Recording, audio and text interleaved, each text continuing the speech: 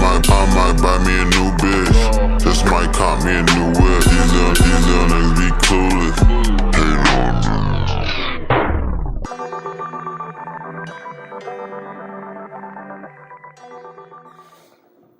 This video this week is gonna be about a quote. You know I love my little quotes, but it's about a quote that my homie head chef Julian, dead chef, said to me a little minute ago, and this just had me thinking. And I know I said story time is gonna be when I got the grills in, but this time it's gonna be like something a learning lesson type shit.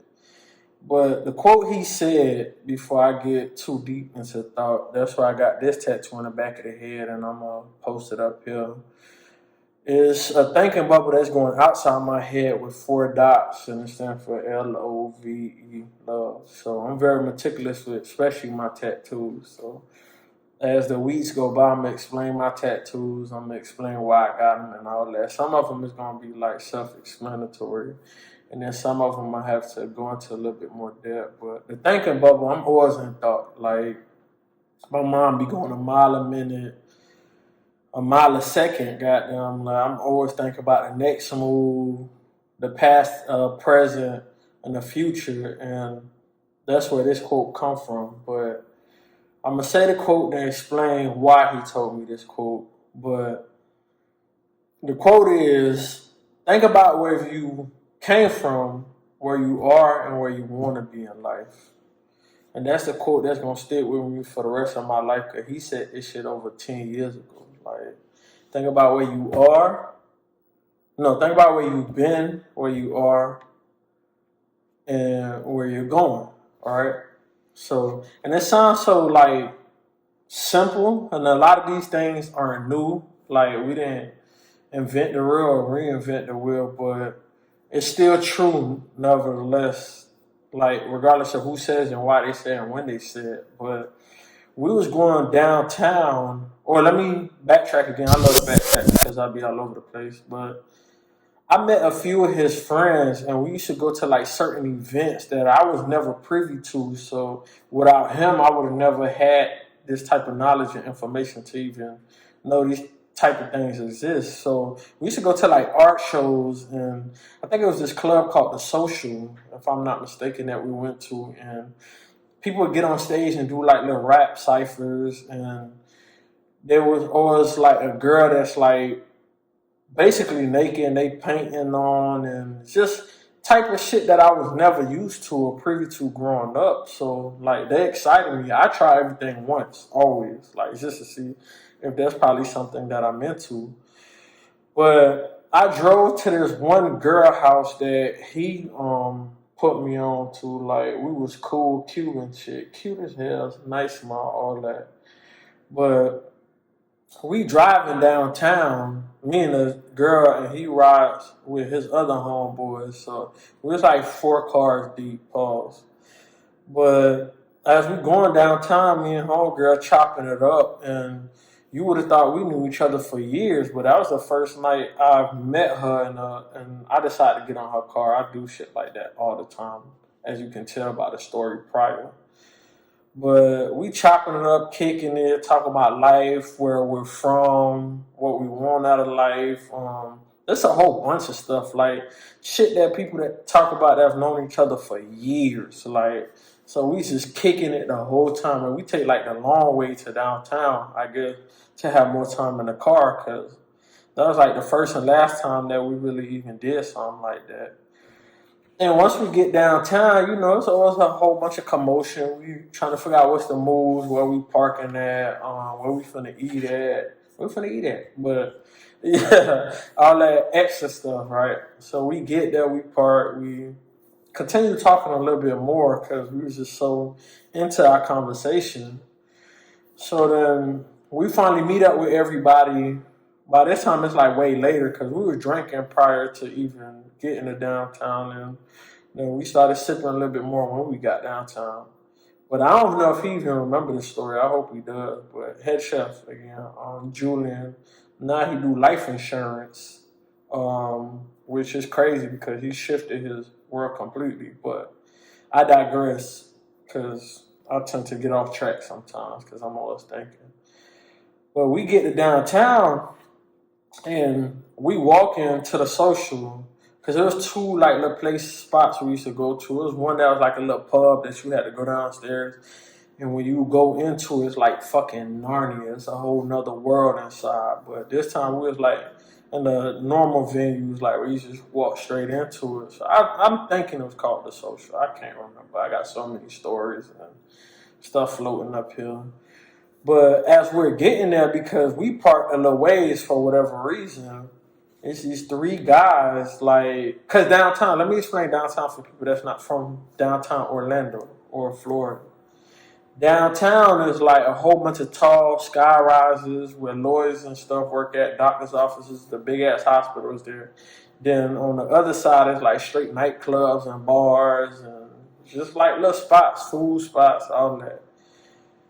So across the train track is the hood too. So these dudes is obviously like hood ass dudes, like because sometimes be people that go downtown with no money and just want to start trouble or see if they can pick up women and all that shit. Like the normal shit that most cities do. So they following us, or we didn't think they was following us until like the altercation happened. So we getting closer to where we're trying to get, and these dudes is like, man, you think you white? Like, and I'm just like, fuck, bitch, like, you stupid as hell. Like, the people I'm with, first of all, it was mainly Filipino guys and like Hispanic women that I was with, but of course I was the only one with like some sort of melanin, darker.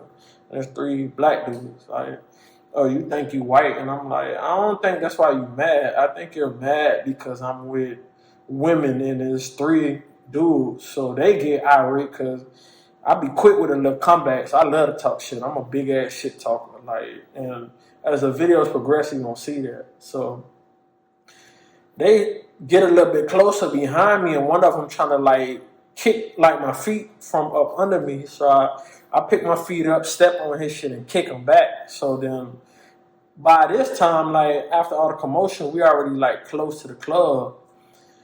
So I'm ready to square up, and the girls already got inside the club because women always get in for free.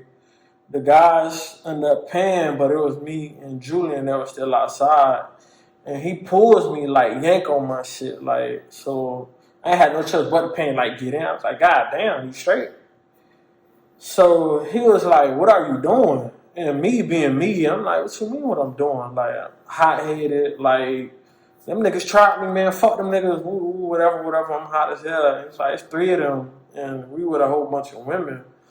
And that's besides the point, but I'm over here heated. Like, I beat the brakes off anybody. Fuck you, pussy ass niggas. Like, I'm just going in. So I had to peep my situation because of what he said. Like, I think it was like $5, $10 to get in, which at the time might have been a little bit expensive because inflation wasn't too crazy like it is now, but still, like, it was chump change. Like, so he was like, bro, look where you at, bro. Like, you with a whole bunch of women, you with your dogs, and think about this. And this is when he hit me with what he said, and my life just started flashing before me. And it rang true to this day, so that's how you know that shit was like something crazy. He said, think about where you've been. So I go to thinking like all the struggles I've ever had as a kid, growing up, moving a lot, the ass whoopings that I got, the dumb shit that I did. And he's like, think about where you at now, right? So we fly, they fly, the women fly, like the environment is fly. Everything about the night is just fly as hell. So why even waste that energy or that thought process on these bums that can't even get in here type shit?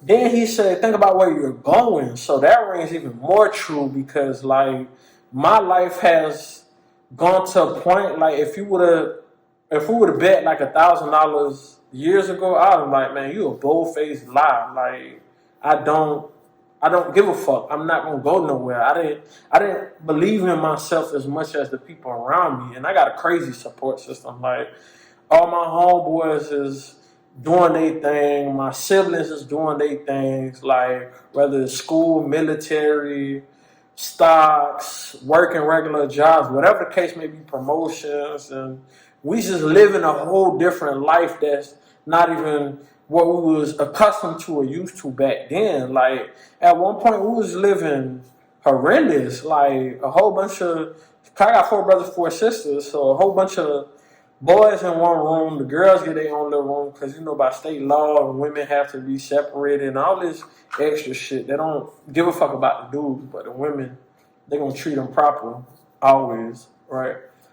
But then I go back into this world like that I'm in with him at the moment, and I had to think about it. Like, you right, bro. Like, where I've been was treacherous. Where I'm at is getting better, and where I'm going is gonna be great. You hear me? Like, so the fact that he said that shit so long ago, 12, 13, maybe even 14 years ago, like, because I'm 31, I got them. Like, I was like 18 years old, like, so it was like 13 years ago.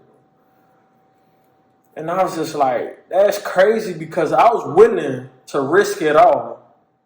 Fight these dudes, probably get my ass whooped because at the time I was short as hell. I'm still kind of short now. I'm like 5'8", 5'9" on a good day. But at the time I probably was like 5'2", 5'3", 5'4", the tallest. These dudes, everybody taller than me at a certain point. Like even my nephews and shit done surpass me. But these dudes like 6'2", 6'3", 6'4", 3 of them, like big, brolic motherfuckers. Like, but I got a heart of a lion. I don't give a fuck. I'm ready to risk it all. And that's a problem sometimes. Not all the time, because as a man, you should always defend yourself. But what I learned, and I said this quote to somebody else, another quote, sometimes you gotta learn how to choose your battles. Some fights are worth being fought, and some you gain nothing out of it. It's like empty calories. Like, it's like eating chips. Like, it's not doing nothing for your body, but creating a sensation. That's it. Like, so that quote, again, shower thinking, I do that shit a lot, but that quote stuck with me for so long. I'm over here like washing myself, and I'm just like, why is this popping up in my head? So I was like, let me create a video on this shit. Like Julian, again, head chef, if you know him for real, for real. And I met a lot of people through him, like this dude named Palmery that know how to sing, the chick that I was in the car with, just a whole bunch of people that our worlds would have never collided without having that focal point making us coexist with each other. You feel me? Like, but yeah, where you've been, where you're at, and where you're going, like, I use that for so many situations. Like, I use it for jobs. I use it when I joined the military. I use it when I got my degree, my bachelor's degree in information technology. I've used that quote, like, anything that I do in life now, it has to fit that criteria. Like, where I've been, where I'm at, and where I'm going. And if it don't add to where I've been, right? It don't make me smarter. It don't add more to me financially. It don't expose me to new ideas. It don't do any of that. It's not gonna make sense to what I want to do with my life. So where I've been, again, like, it's things that I've done that people would never do, or people from environments that I'm from would never have the access to even make that make sense. So then where I'm at is to enjoy the moment, to love the moment, to bask in the moment, to, just appreciate a lot of things that I've already done. And now to where I'm going, like, so if I decide to go to school again, is it going to add to where I'm going? If I decide to get with this person because I think they cute, are they going to fuel me and motivate me to get better? If I decide to apply for this job, will this job have some type of benefits that's going to help me later on in life? So, yeah, that quote, again, where you've been, where you at, and where you going, that shit added so much to my life. Like, when I say added so much to my life, like, the people around me, I always try to, like, take things from them. Like, not like, but I give in return, don't get me wrong, but take things that's going to be beneficial to my own life, because all these ideas and exposure leads to expansion. From one of my favorite podcasts, now is The Pivot, but it was called Everyday Struggle. But now is The Pivot.